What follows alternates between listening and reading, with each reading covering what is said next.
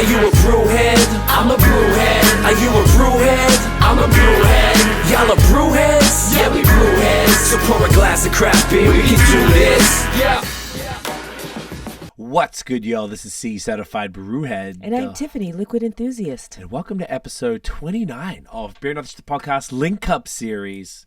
We are back again with series 6 of Link Up. The sixth edition of the beer collaborations, which is kind of wild, eh? Yeah, pretty nuts. Which is interesting because then this is basically pretty well timed with our original one in 2021. Yes. I thought about it because it came up in my memories today. Actually, we had a photo with the first one ever, which was Dominion City. Oh, wow. Yeah. Wow. Okay, look at the timing on that. Recording. Yeah. So we Okay, must cool. have recorded about the same time. So we are back again, y'all, for the I think it's the second one this year. Yes, that feels right. Yes. Yeah. And super exciting to get them back. This time we are in town. Last time we were away during most of it, but we are here. We are present. We are ready to go. Wicked lineup of breweries as always. Yes. And this very first one is. Can we talk about something first for a second? Please, yeah. As of this recording and when these episodes roll out, we have released the first official Link Up scholarship. So that is a Link Up. Oh, do we get a? Yeah. So, and our guest is clapping off backstage. But yeah, we have released our first ever Link Up scholarship in collaboration with Niagara College. So that is for their brewing program. Yes. So we are covering 50% of the tuition for a BIPOC individual to the go to entire school. program, actually. For their entire program. So it's Yeah. 50% of the entire program, which is super awesome. And in addition to covering their tuition or 50% of that tuition, we're also going to be supporting them throughout their journey by utilizing our network. Correct. Of course, as you all know, that we are also like a half, BAOS, but we're also half Saint-Jean, which means we also have a really great brewery partner there too, who we are all working to commit to support that individual in their journey via like brewing questions, support, help, mentorship, all that fun stuff, job applications, placement, all the fun stuff. And that's one of the amazing things about having a network of so many incredible breweries is that literally anyone who gives you advice is like the best person to give you advice in our network right now. They're amazing people. So super, super happy about that and very much looking forward to it. Applications are closing on October 9th. Yes. So this podcast will be out well in advance of that, probably just shy of 2 months. Probably, exactly, to apply for that one. Yeah. Which is great. It's super exciting. It's like all of this is going to come to life. Obviously, we have the Cicerone stuff, and we've had that since the beginning, but this is kind of taking it to another level. So we're the whole team super excited. It was a fair amount of work to get it out and ready, but the response has already been fantastic, as well with the press. A bunch of press supported, which is dope, and hopefully we can just help someone to get through the brewing program and get this industry looking more like the outside world. You know it. You know what I'm saying? So thank you for bringing that up. Of course, yes. We should kick off this series with that. It's very important. So first episode, this is a brewery very near and dear to our heart. If you've been watching BOS from the beginning or close to, how much this brewery means to us. So to kick off series 6 of Link Up with this brewery and this particular gentleman, who's one of my favorite humans ever in craft beer, is a blessing and an honor. Guys, please welcome Sam Corbeil of Sawdust City in the building. Beautiful man. How you doing, brother? Hi, Sam. I'm doing very well. Thank you very much. Mate. I really appreciate it. Thank you for having me on. I'm so excited to be a part of this. I love working with you guys. This is awesome. It's the best. Thank you, man. Thank you for being down for this. Obviously, we've got, it's been a busy summer with, BOS and Sawdust. We have a whole bunch of stuff, and we're going to talk about the other stuff at the end. So it's very, very cool. Very cool. Very happy to have you on board and kind of reconnect and get to hang out the other day, which was wicked. Mm-hmm. So, and Sam, hanging on the patio. Yeah, I know. We haven't actually done that. We always just hung out inside. Yeah. I think because we always went in. It was cold. Yeah, it was when it was cold, and I think you expanded the patio. No, wasn't it not as big as it wasn't that big. The patio was a pandemic edition. There you go. Helped us out a lot, and when you're up in Muskoka, you don't want to be stuck inside. You want to be outside. So we needed a patio. We needed people to see the loveliness that is Muskoka. So it's been a welcome addition over the last couple of years. Love Oh, it. Yeah, love to see it. Yeah. So we actually got to try. We waited for you specifically to try this beer. We typically would. Oh, obviously we tried it at the brewery from the tank. Yes. But we haven't tried the finished product yet. So we waited for this chat to do it. Yeah, Yeah. we did that. That's what I we've might been have doing. had a couple. Well, that's very smart because it's the perfect time of year to be doing that. So, Uncle Sam, let's tell the people what we're doing today. All right, well, we got the Lemongrass Lager, Link Up Lemongrass Lager. It's a rice lager that we made with, we added lemongrass, but we also added some Sabro hops, which add a little bit. So we wanted that coconut to go with that sort of lime character, the lemongrass, and it's very tropical. You get a big hit of, you get the hops in there, but you also get that sort of like nice astringency and light body from the rice. It all works together. We're very happy with it. It's actually been a pretty big hit at the brewery. Yay, love to hear that. Drink. Go for it. Awesome. I love to see Big it. aroma.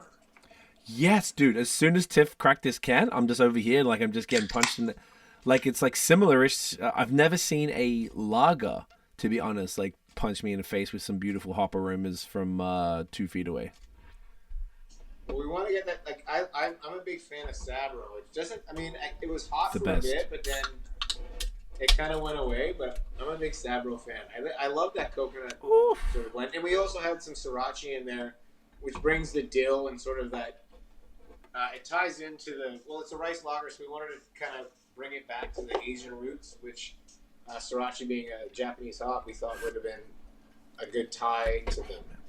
I was just thinking we're getting lemongrass as sushi. well, like, Oh yeah. Yeah. This is gonna what's go. going on for a light lager. That's Yeah. awesome. We're having a sushi order delivered, and it just made me feel like, oh, this is gonna this be would be perfect. fantastic. Oh, that nose is crazy. So, would you say is the nose mostly the Sorachi, or is it kind of a bit of I both? think it's just, I get a lot of the Sabro. I get that coconut. hop Yeah. punch. But for me, Sorachi is that dill background, which I'm Okay. tasting right now. Mm. But like, there's a lot, and it's dry as a bone. It's just refreshing, and at 4.5%, it's great for summer. It's super. And the rice body, like with using the rice and the malt body, like lightens it up. I mean, I think it's. Well, I like it. The alliteration too worked out swimmingly. Yes. When you guys approached us, we were kind of talking about doing this beer, and then I'm like, link up the lemongrass alliteration lager. of lemongrass, link up lemongrass lager worked out so well. I'm like, we kind of have to do this. It's perfect. Yeah. We went for the L. Went for the L, but we took the dub. Cheers, mate. Get Cheers. that in you, Samuel.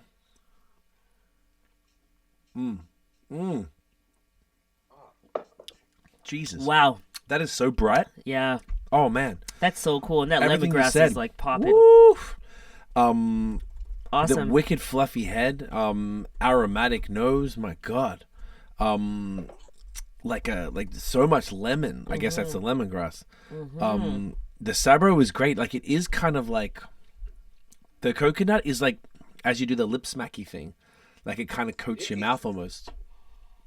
I like that hop is like, I think it kind of got played out a bit about 3 years ago, and people sort of walked away from it. Yeah, people hate I on think it, it's man. a great way to expand and get out of the big three, the Simcoe, Citra, Mosaic, of all the hops that are there. Sabro kind of works as like it's a new character that adds a different flavor that we're used to in big hop foot forward beers. Because that coconut is a different take on just that general grassy or tropical that we're used to. Yeah. So having that, it's like having another arrow in your quiver to pull out, to add a different flavor component, to make the beer a little bit more interesting, or bring it to a different level that you just outside of the norm. Yeah, Yeah. man. The and the like, I guess it's the Sorachi with that herbal. There's like these cool spices and like herbs in there, like you said, the dill, but like peppery a touch as well. Yeah, peppery for That's sure. like, Definitely peppery. yeah, it's like almost stopping it from being too like, it's not that it's sweet because it's a lager, but you know what I mean. Like the spices kind of like just mellow it out even more, and it's just so refreshing and super dry, like bone dry. I just want to take more and more sips. Dude, this is fantastic. Yeah, I'm awesome. not surprised this has Really been great. going well. And I love the color. It's so pale. It's so very, very light. It was even like the it's body almost- looks yellowy or something as well. It's very, it's very light. We carved it a little bit high to give it a little bit more of that effervescence Yeah. and bring it into the summer. It's been Yes. killing it on the patio. That's what I was thinking. I was like, that, I'm not yeah. surprised at all when you're saying it's going well, because I'm like, this is perfect on a patio. Yeah. Yeah, this is Um, awesome. We've been rocking a lot of lagers this last year, and we want to play in that sort of genre. In that I think for a long time people sort of pigeonholed lagers as being this one thing, but there's so much room to play. It's a big field, and we want to see as far as we can take it. So we'll have this, and then we'll have a really dark lager. We'll have, our regular pilsners, but we'll also have everything in between, so that people can see that it's not just one. Like, lagers aren't yellow fizzy liquids. There's so much room to play, and it's a whole other ballgame to be able to play in that field, because it allows us just sort of a little bit more freedom than we thought, and I hope people see that, and we can bring that to them. I love it, man. And I was very I on the note that you guys been making a lot of lagers. It's something that I noticed, I guess this year and last year as well. Like, and the lagers you guys have been doing are just spectacular. I feel like you've really dialed a lot of that stuff in, and doing the series that you did last year, and then again recently with each brewer sort of has their own lager that they're making. What's the name of that? Did they have a series name at all? It's just called the Lager Series, and we do it. This is actually our fourth. Oh, okay. We started it right at the beginning of the pandemic. Right. Like the year before the pandemic, and then we released the second iteration right as the pandemic hit. Of course. Probably a good time. As many things do, it was not a good timing, but it worked out because having that extra time. We're not busy in the winter, so we have a lot of time. So we'll brew in December for release in April, and we have a lot of time to sort of just let it lager and do our thing, and it allows each brewer the ability to show the world what they have and where their passions are, and everyone deserves that creative outlet, and I want to make sure that our whole team gets that opportunity to present themselves, and it's a fun way to let them do that. So I love it. It's one of my favorite times of the year.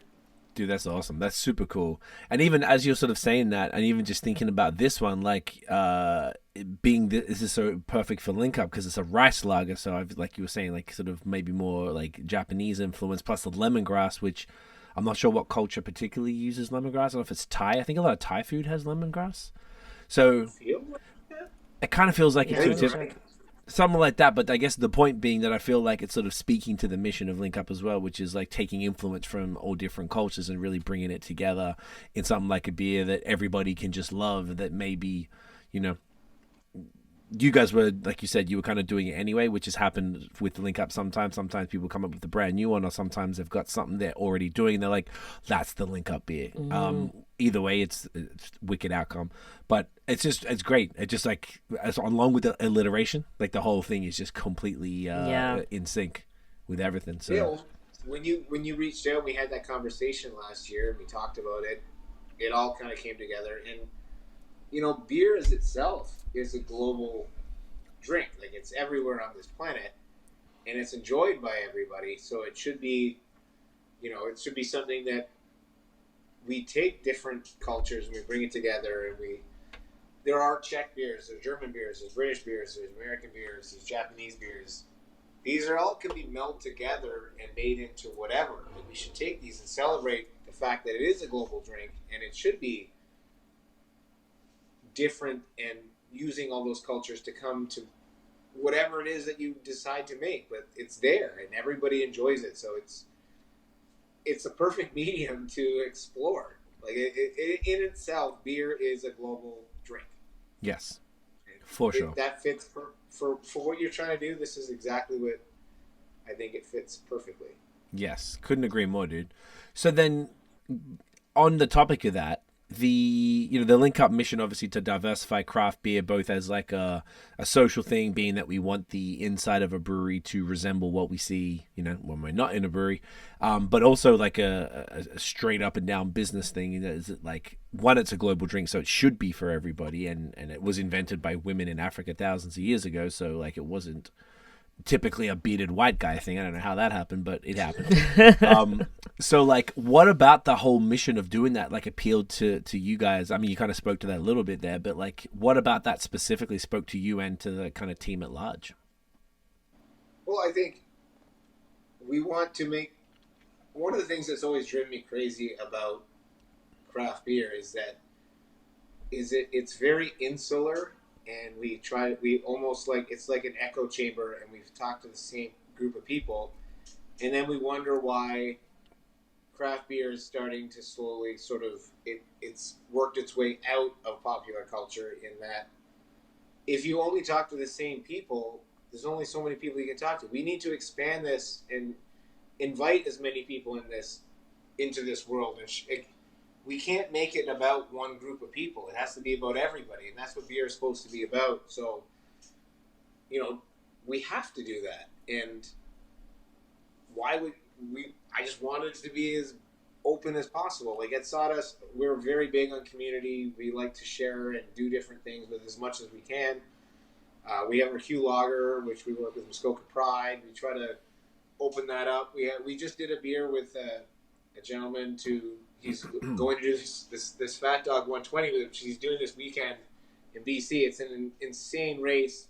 We try to work with these groups and people that are in our community to expand that, to show that beer is for everybody. It isn't insular. It is open and honest, and we want everybody in.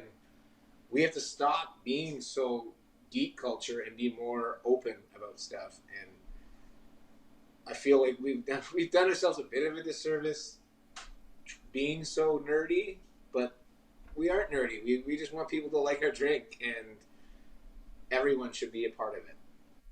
Well said. Yeah, perfectly said. Yeah, dude. It's interesting when you mentioned the nerdy stuff, because it's like, I guess kind of anything you get a little bit nerdy about it starts becoming a subculture that feels exclusive, when it's like you said, it's beer. It's literally a liquid that goes with, there's a beer for every food, like for every cuisine. It should be inclusive, not exclusive. And yeah. I think this is what we did. We created this exclusive culture when we should have been thinking about being inclusive.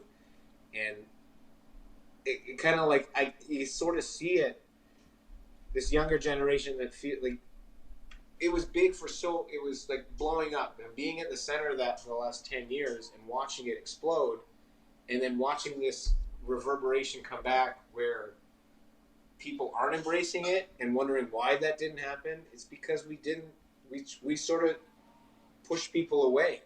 Yeah. Instead of letting people in, we were like, oh, we're too cool for you. Stop being so high and mighty about yourself. Bring everybody in. Like, yeah.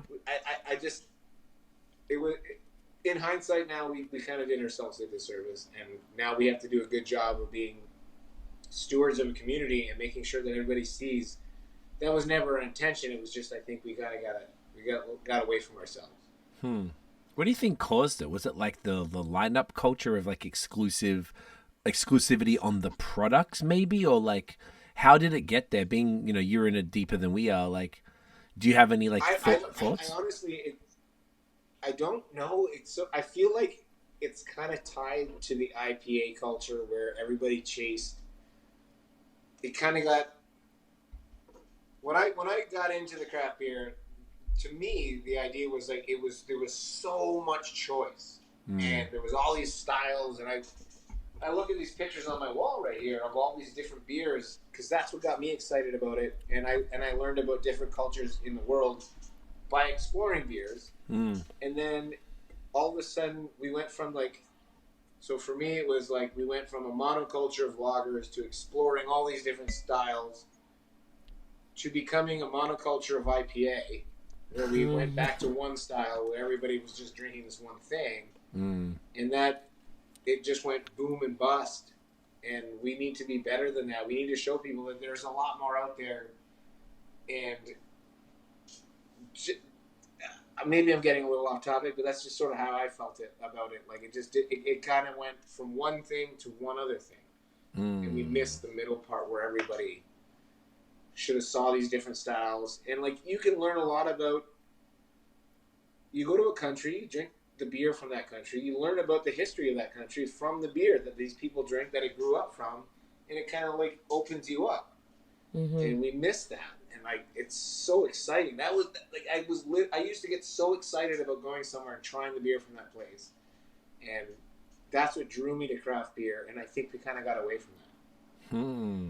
Interesting. Yeah, that's a really good point. Yeah, that makes sense. I think the IPA part really makes sense too, because then it also became, and it's also what you're mentioning about the nerdy part of it. Like even if you think about how people perceive like craft beer on the outside, which is also still like kind of true to an extent, but it's like this like, oh, it's like the IPA bro, and you know they are in line and they wear flannel and they're always talking about hops, you know, like when you start seeing memes and like guys making jokes on the internet about the IPA guy, you know you've jumped the shark. You know you've been there. Like, it's gone too far. Yeah, it's true. I love IPAs. I absolutely love them. I mean, it's something that the progression of the evening. I'll start today. I started with a couple light lagers, and I eventually was like, I gotta get myself some hops up in here, and I get to there. But like, there's a bunch of different beers I'll have before then. So it's still there. We just need to let everybody back in on the secret that the whole world knew before. Yeah. There's a lot of different flavor out there.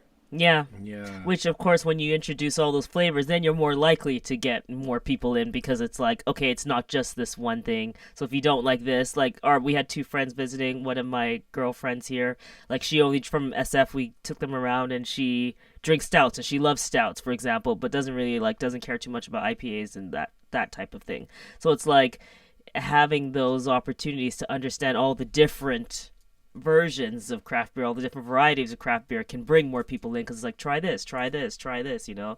Your dad drank, like my dad drank Guinness. All Jamaican men drink Guinness and they drink Heineken. It's like two things that are like 100%. Oh, and Dragon Stout. But either way, you know.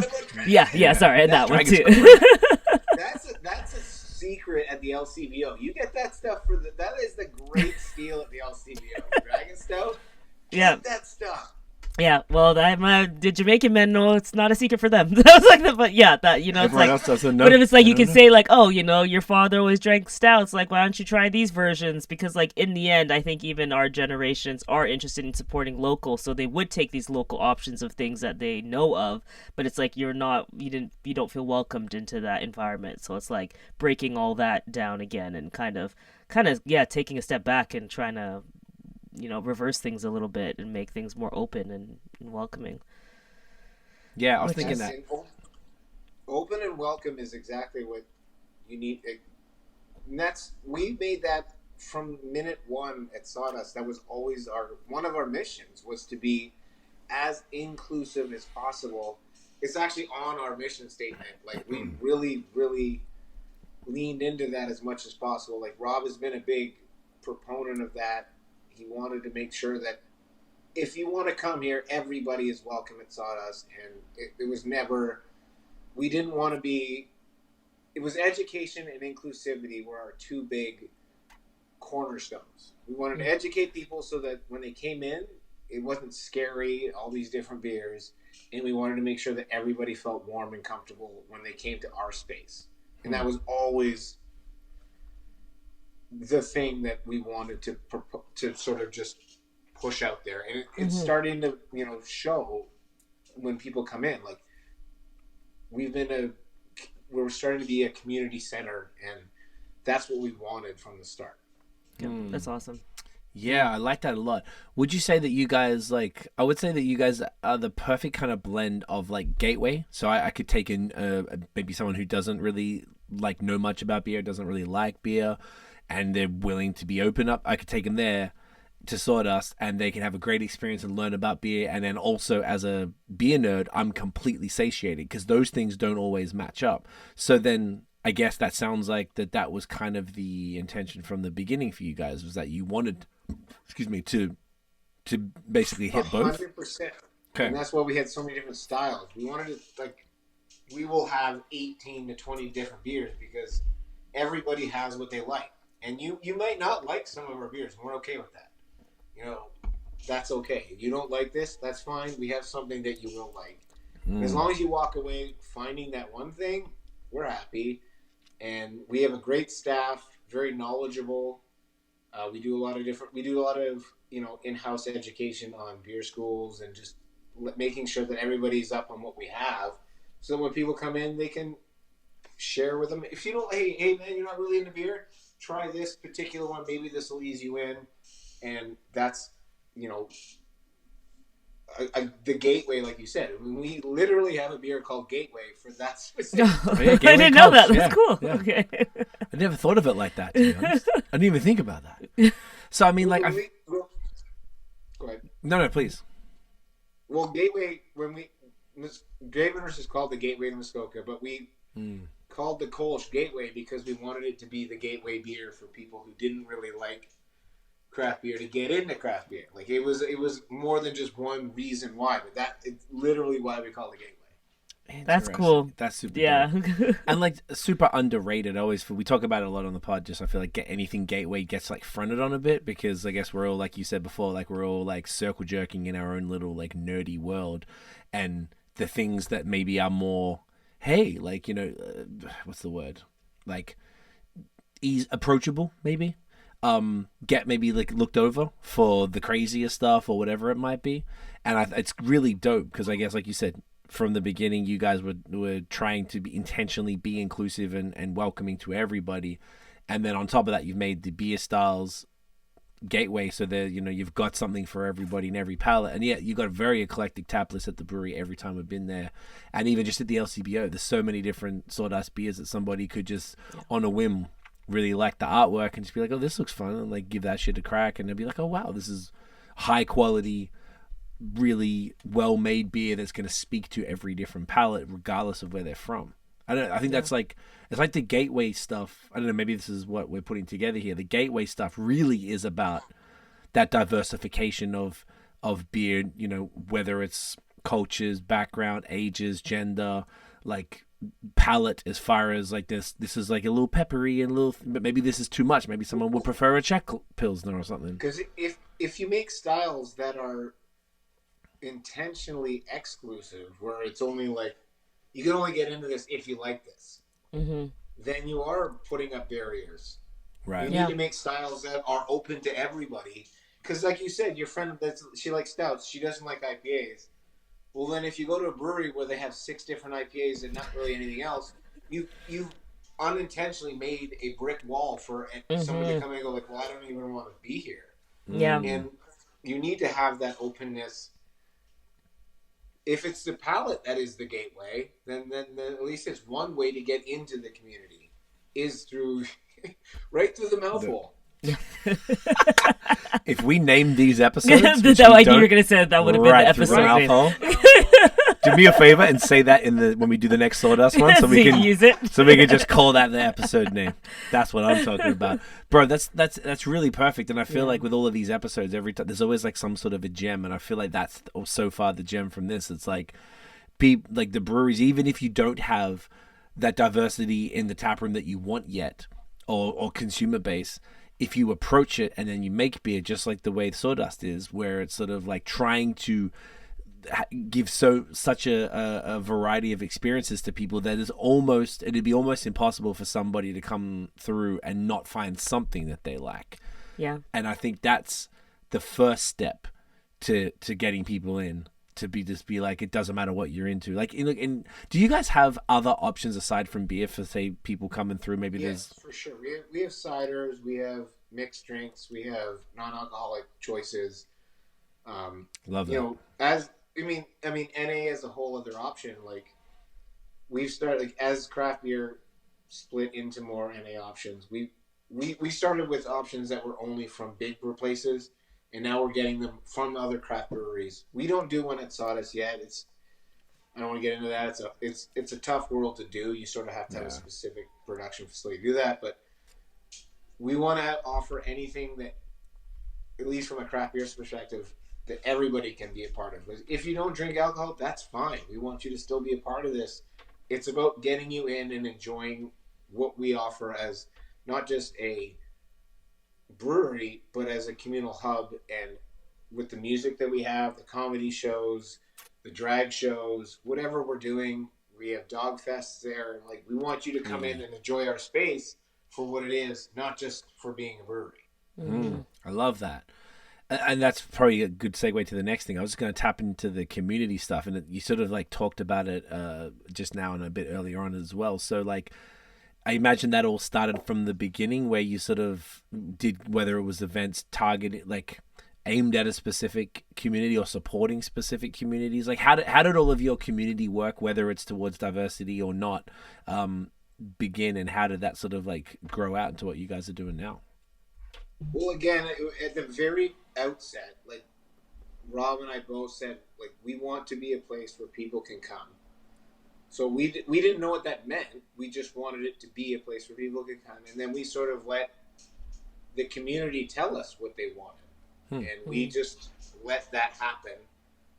Like, being okay, if that's what they want, then let's give them that. Let's do this. And you know, both of us come from different places, and we have what we wanted to, you know, open up to, but everybody tells us what they want too. So like, bring them in as much as we can, and like, how can we support this community and make Graveners better? How can we let the people in Graveners in Muskoka and wherever they're coming from enjoy themselves? Like, we want everyone just to have a good time. Yeah. And what better place to do that than a brewery? Like, we both love this very much, and we want to share that with as many people as we can and show them that, you know, beer can be for everybody. And it just seems like a simple idea, but it should be even simpler. I don't know. Like, yeah.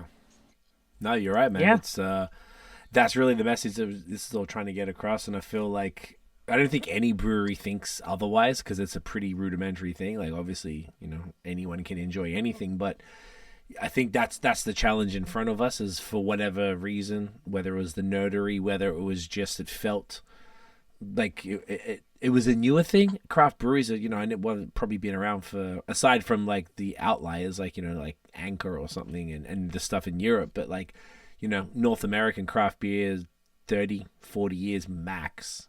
So it's like, and even then the ones that are that old are few and far between, and you know, the culture wasn't embedded like it is in, I've heard stories about Prague and Bavaria and Germany, you know, the one in Prague where you, like, if you don't rock up to that pub that makes that one dark lager every week, then they think you're dead. You have to call in sick if you're not coming to the pub and stuff. Like, it's kind of crazy. That's awesome. So we just don't have that. So like, what was I going to ask? They did really well at being welcoming over there. Really well. Well, Yeah. I guess, you know, I mean, it's a little bit more of a monoculture Yeah, already. but there's already a monoculture, yeah. Based on Europe, the way Europe's set up, but still, it's very cool. But it's probably like all local. ages. You probably see just all ages. Probably and age would be the everything. main Yeah. diverse. That's a good point. Yeah. For Sawdust, because you guys, for people who don't know, you're in Muskoka in Gravenhurst, so it's sort of like the cottage country in Ontario, a couple hours north of Toronto. So it's, you know, it's where everybody goes for the most part. As far as the diversity that you guys, if you put out a job ad, obviously anyone outside of the city, typically, I'm just curious, who are you getting? Are you getting a reasonable, diverse sort of applicant pool, or is that something you sort of have to chase a bit? we don't even, to be honest, we don't get that many applications. Like, because of where we are, we're not in the city. Muskoka is, as much as people think that it's an accessible place, it's not. The cost of living in Muskoka is very high. Right. Comparatively, like, it's ridiculous. So a lot of people aren't willing to come here to work. So and even if they got a job here, we've had people have accepted jobs here and then not been able to find a place to live. Jeez. It's too expensive. Wow. Like, that's just the reality. So like, if there's a familial tie, they'll work in Muskoka, but a lot of people won't come here because of that.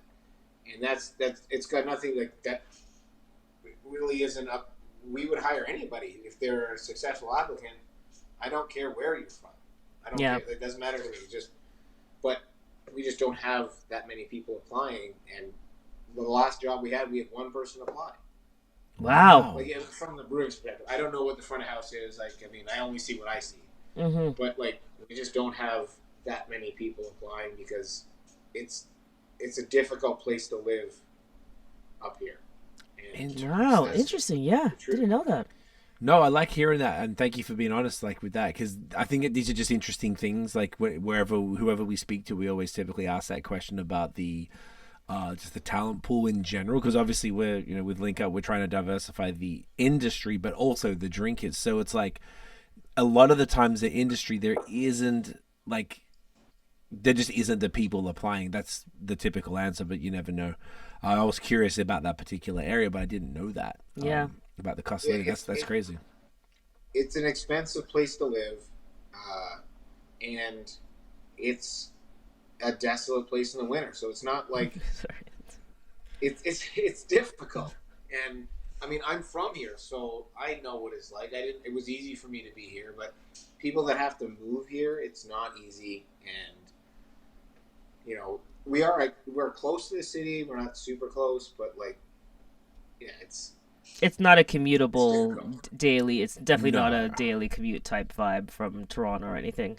But man, like an apartment here it's an expensive place to live, and we don't necessarily we can offer what we can offer as remuneration that we can afford, which sometimes isn't always what's equivalent to the market, and it's we're in a very weird place right now in terms of what cost of living versus what rent is and what we can afford. Like, it's a very tough time for craft beer in general. Beer should be accessible to everybody, but how can we make it accessible when everything costs more? And it's how do you price it? How do you to make money? To like, we're juggling a lot of different things, and I think a lot of breweries are going through that right now. Like, when a pint of beer costs $10, how do you justify that when minimum wage is what, 15? So you have to work an hour and you get $5 if you want to buy a pint of beer. Like, that's wild. Crazy. Yeah. You're right though. It's a strange time, and that's a great way to put it though. That's one of the biggest challenges then, I guess, is like, obviously you've got, that's referring to the licensee side, like the bar side, which is obviously very important.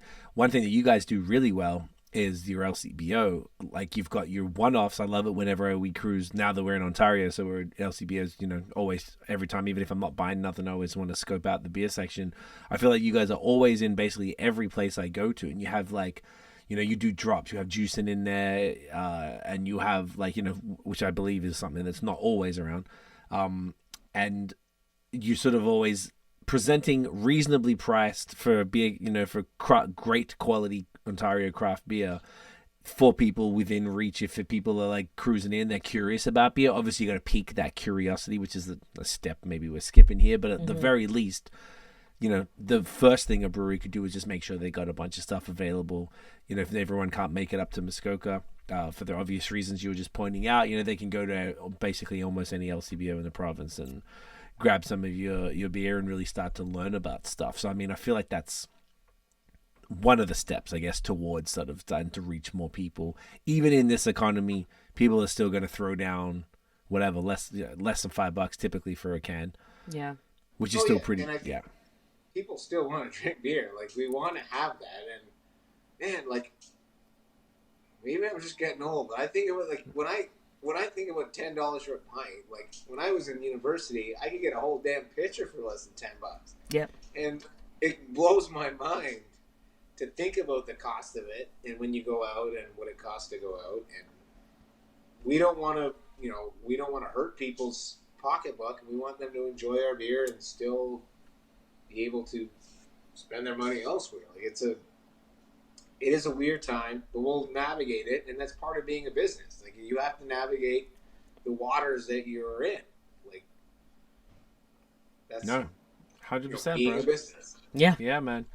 And it's like you said, it's a rough time. I mean, you add that on top of everything else. It's an interesting time to be like just alive right now. Everything's weird. but at the Truly. at least you're able to offer people some sort of a solution with that, and you're doing all of these community things to attract different groups of people, make them feel welcome. You're able to so there's a community, and then the tap room. So that was what I was thinking of.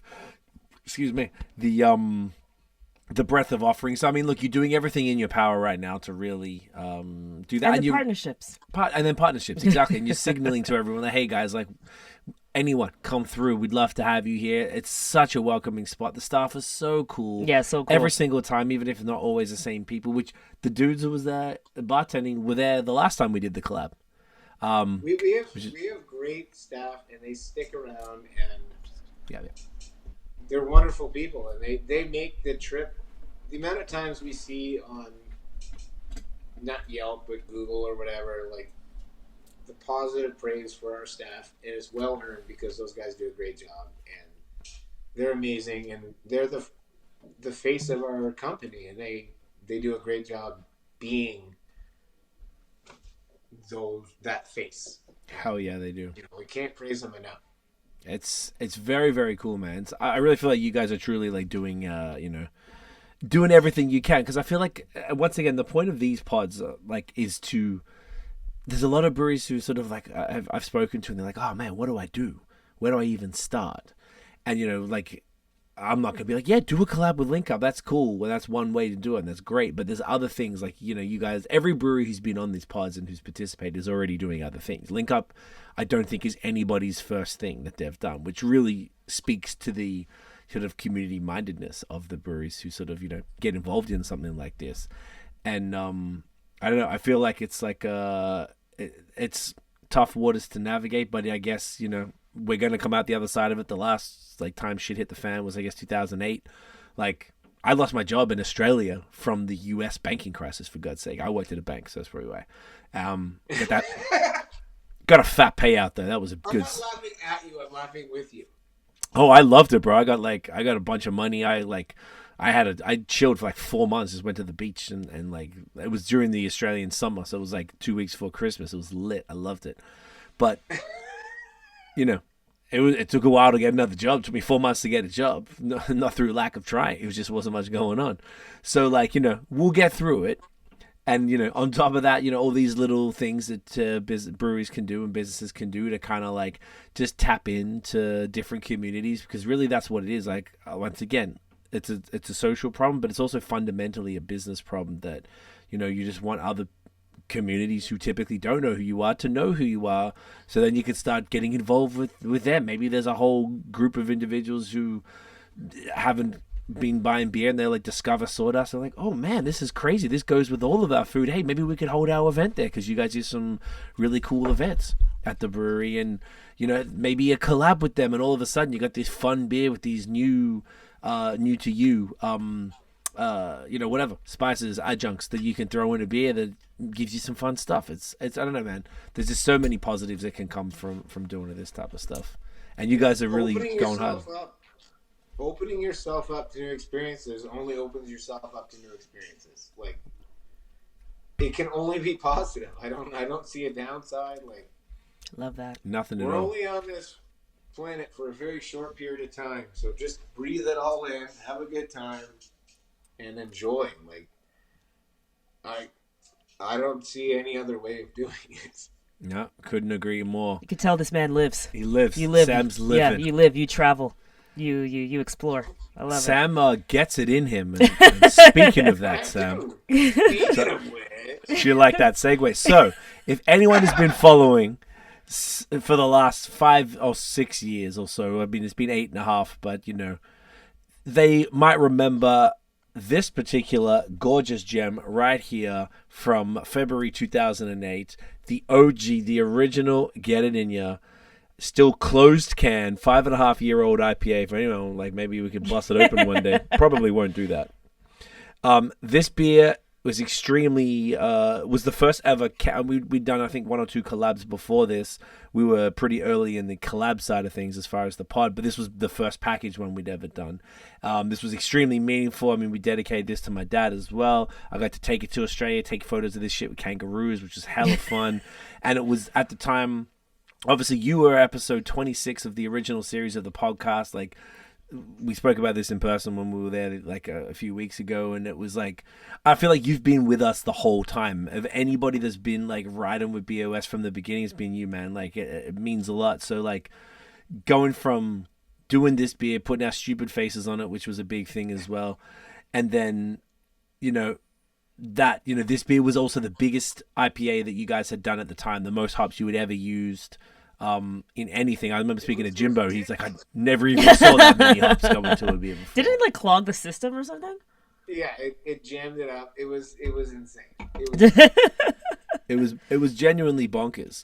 So we learned a lot. We learned stuff. You definitely did. And in that time, I've told you like when we hung out, and I've said this on the pod multiple times, like Sawdust cracked the code for IPAs, for New England IPAs. Obviously, Lone Pine is easily one of the best West Coast IPAs, excuse me, in the province. It is phenomenal. And your haze is just disgusting. Like Everyday Magic, the Binary System series were just phenomenal. It was so dope, and I kind of feel like it started from Get It In You when you started ramping it up, and then you were like, all right, how do we perfect this? And you guys kind of just figured it out, and it was been really cool to watch you guys do it. And obviously we're in Montreal most of that time, so I was able to, whenever we came down, we got it, or I got my brother to pick up some cans for me for the LCBO or whatever it might be. So then we were talking late last year about getting you guys, I think you saw my brother at his work. We were at Aveling and talking about a collab with them, and we ran into your brother, and it all snowballed. And like I immediately texted you as I was walking out. We might have had a couple few while we were there. Just a couple few. Living awesome here too, and we sure do. Shouts to Brandon. Like, oh, we got to get back together. So I'm like, I got to reach out. We got to get back to Craig. It's been 5 years. Like, I think there was a pause there during COVID where we all sort of just everybody dropped off, and now it's like, why did we wait so long? It was kind of crazy, and I think you're right. I feel like it was mostly COVID, because it was like a year in would have been like early 2019, then 2 years, like, oh yeah, cool, and then boom, everything shut down, and this wouldn't have made as much sense. So I remember telling you, because we spoke, I think it was December 2022, and I was like, oh, maybe we could try and do it for the anniversary, which would have been early February. That didn't work out, but it's kind of even better for the summer because it's such a big, bright beer. So do you want to whip it out there, old fella? There she is. Yes. And I might have had a couple already. I might have had one already today. Let's go. You're not at liberty to disclose that. So this beautiful new last night. And tonight again. So the new beer, Get It In Y'a version 2.0. This time you put Tiffany's glorious face. It's her first time on a beer can, by the way. Yeah, thanks. That's awesome. I love it so much. It's so cool. To your right a little bit. Yeah, there you go. A little further. Yeah. There you go. Very cool. Oh, nice. That. There you go. Awesome. Yeah, I love it. It's so cool. It's a great can. I think it looks fantastic. Yeah, it looks great. Shouts to Dana as well. Like I was talking to her on Instagram. She did a really great job, and we got to meet her at the brewery at the very end. As we were leaving. We got the Aussie flag on there too. Yep, represent. Which is so dope.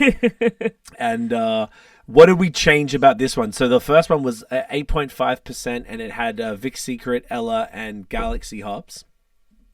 We swapped out the Ella for Eclipse to bring a bit more fruit. We definitely mashed a little higher to bring a little more sweetness. And when I pour this out, this is like thick with like 5 C's. I'm not even like it is 5 eyes. Oh, maybe it's 5 I's and 5 C's. Yeah. I like the C's 5 with C's a though. I lot like of the C's. 5 C's. Yeah. Look at that. Yes, that's thick. It is so hazy. Like, you can't. It's impenetrable. That's murk right there. That is just. Look at it. Look at that There's head. Nothing. And like we honestly we lagered this for like almost 10 days, which is in terms of like IPAs an insane amount of time. Okay. And what did that Like do? normally you're looking at maximum 5. Okay. And then And it did what? not. Lagering typically clarifies stuff. It did. This is clarified. I couldn't even believe it. I'm like, oh my gosh. That's honestly, if I absolutely love the aroma. Like it is a punch in the face. That's hell awesome. yeah. What does the lagering of the IPA do? What's the effect of that? And then if you do it longer, is it just for I feel clearing like- or? So a lot of at the beginning of the haze craze, there was a lot of hot burn. There was a lot of astringency. Lagering it actually pulls a lot of the yeast and a lot of that astringency and bitterness out, and it promotes a little bit more juiciness. It's not so much obviously clarification. It's just more letting the beer come together. I also feel like once it's packaged, like I wish we had a little bit more time. Like if we had given it a week in package and then release it, that would have been my. If I had my brothers, that's how I would have done it, because I think that always helps as well. Mm-hmm. Because with the amount of hops and as big as this is, it just sort of smooths out those rough edges. But this, I mean, I'm big on this already. The aroma is incredible. Nice. It's very tropical. it's so good. Like it just hits you right away. Like it's all of the, and it coats your mouth with just like that. For me, when I think of like big IPAs, I want that resinous, tongue coating, hoppiness. Like I don't know how to exactly express it, but I think everyone knows what I'm talking about when I say that. Like it just feels like you get your teeth feel it. Oh, there's I so can't many wait to quotes try for it. this. Yeah, I'm excited to sell. Yeah. Canada Post kind of didn't do us favors, a or we would have been service. drinking this all together. I But know. I really like. We put it in. We said next day delivery. We paid the extra money. I was really not happy about that whole situation. Like, Yeah. I could tell that you were pissed, and fair enough, because they fucked me over in the past before too. But look, it's not the end of the world. It'll be here in a couple of days. Maybe we'll have a little FaceTime or something, and we'll crack it yeah. Oh, that's when cool. that drops. That sounds amazing. It's got all that, everything you expect in a double IPA. Like it's a huge beer, and unfortunately, it drinks way too easy for the 8.5%. I remember at the launch party which we did at Bar Hop on Peter in 2018. There were people. We brought a bunch of friends there, and you know where I'm going with this. And they didn't know what an 8.5% beer really is. Some of the people were just friends were coming to support us. They weren't beer people. There was a bunch of vomiting going on with those folks. Yeah. They were just like, awesome, you have beer. I'm just and going to keep they're just drinking like, them. Like, so cool. And it's like, oh, no, that's a high alcohol percentage there. Turn it down a little bit. So the beer is out now. That, like, Yeah. Ben Kenobi Star Wars. Turn down like the deflector sheet. There's a highly specific reference. I love like that. Yeah. I love it. I like it a lot. So the beer is out now, available on the Sawdust City website. You can order it to your home, get it delivered fresh. Is it going to be on tap, aside from the brewery, of course? Is it going to be like anywhere on tap at all? I don't know. We try to keep a lot of our one-offs in-house so that people have to come to Sawdust to get it. I like that. Smart. It's like we want to be brewery exclusive kind of stuff. Like, and you can just buy it online and it'll be at your house in 2 days. But also, like, we want you to come in and try it so you can be there and experience it at Sawdust. Mm-hmm. Which is amazing. I really want to do that. I don't think did we have the last one on draft at Bar Hop? I think we might have, or was it just cans? We used to do a lot more draft stuff. and we used to be a lot more. We used to push out a lot more, but again, because of during the pandemic, we became a little bit more insular, and we like people. We want reasons for people to come to Sawdust. We want to we like people to come in, so we need. How do we get people to come to Muskoka? How do we get people to get there? So we this is one of the ways. Yeah. And Very smart. we want them to be there and experience Sawdust, and we want to not to be cocky or egotistical. We want to show off. We want to present our best selves. And that's the best way we can do it is through our beer, through our people, through our facility. And that's, that's sort of that's kind of like eventually we'll push back out, but that's just where the world is right now. So that's where we are. That's completely fair, bro. I like that. That's a great little strategy, both business wise and experience wise for folks. You got to get out there. We have to get back and get it on tap while it lasts. God damn it. Dude, this has been awesome. I really feel like I know these ones. Wait till we do the other one. It'll be like hours. So this is like the short and sweet kind of pod where we keep. I know it's this hard. Is technically longer. Technically, this is actually run long. Tiff, let it go. I'm quite excited to do the next one with Brendan because I think he's gonna be. I honestly think he's gonna be a dark horse, and I want to see what he's like after 4 pints on a podcast. Because that kid loves to talk, and he loves beer, and he loves to be a part of it. And I can sort of remember what I felt like when I was young in the beer industry and what I wanted to do. And I know he's there right now. He's peaking. So I think he's going to be like the dark horse in that. So I'm excited about that one. Hell yeah. Awesome. Stay tuned for that. That won't be too much longer after this one drops, to be honest. But, dude, this has been amazing. Let's take the screenshot. We'll wrap up and we'll finish up off air. Do you want to hold up, those cans right there? We'll take a little thumbnail screenshot here. We might even change these thumbnails too, I guess. I think so. All right, are we ready? There we go. Stunning. Sam, where can everybody find Sawdust City online, bro? Or in person? Sorry, I missed that. That's okay. Where can everybody find Sawdust City online and or in person? Oh, you can, sawdustcitybeer.com, hit our website. We got online delivery across the province, or you can come into Sawdust City at our brewery.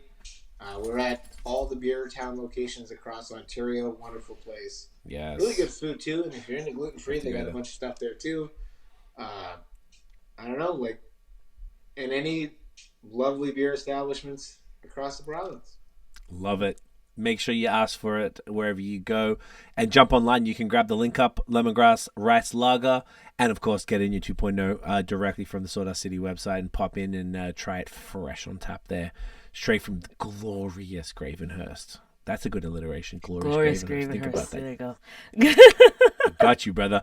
Stick around afterwards. We'll just wrap this up. But, Sam, thank you again for your time. I appreciate you immensely. As always, this was a great conversation. Very excited to kick this off with you, bro. You're a champion, whole team, amazing beer, spectacular, love it. Tiff, I can tell you drank slow, so you can drink it with your sushi. Yeah, we have sushi. We just got sushi delivered, and I was like, I'm gonna have this beer with the sushi. Yeah. So I was just gonna try to slowly sip it, as we go. It'd be so perfect. Because when I was reading it, I was like, oh, this is so. When you describe it, this is gonna be so perfect. Yeah. But yeah, very it's excited. money. Guys, thank you so much for watching. Yo, sorry, go Sam, go.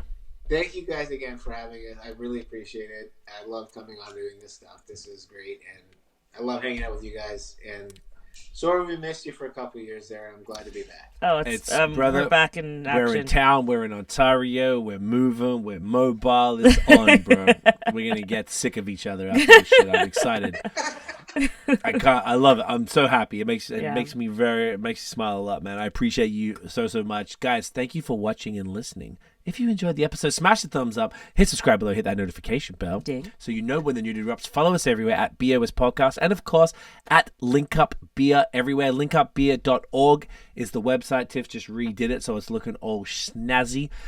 If you want to apply for the Brewmaster Program Scholarship with Niagara College, the Link Up Beer Scholarship, we're super proud of that. Head over to our website. There's a blog post which explains how to apply, the link and all that stuff. So you can go ahead and do that if that works. And folks, we'll see you in the next one. Bye. Cheers and get it in ya. Get it in, yeah.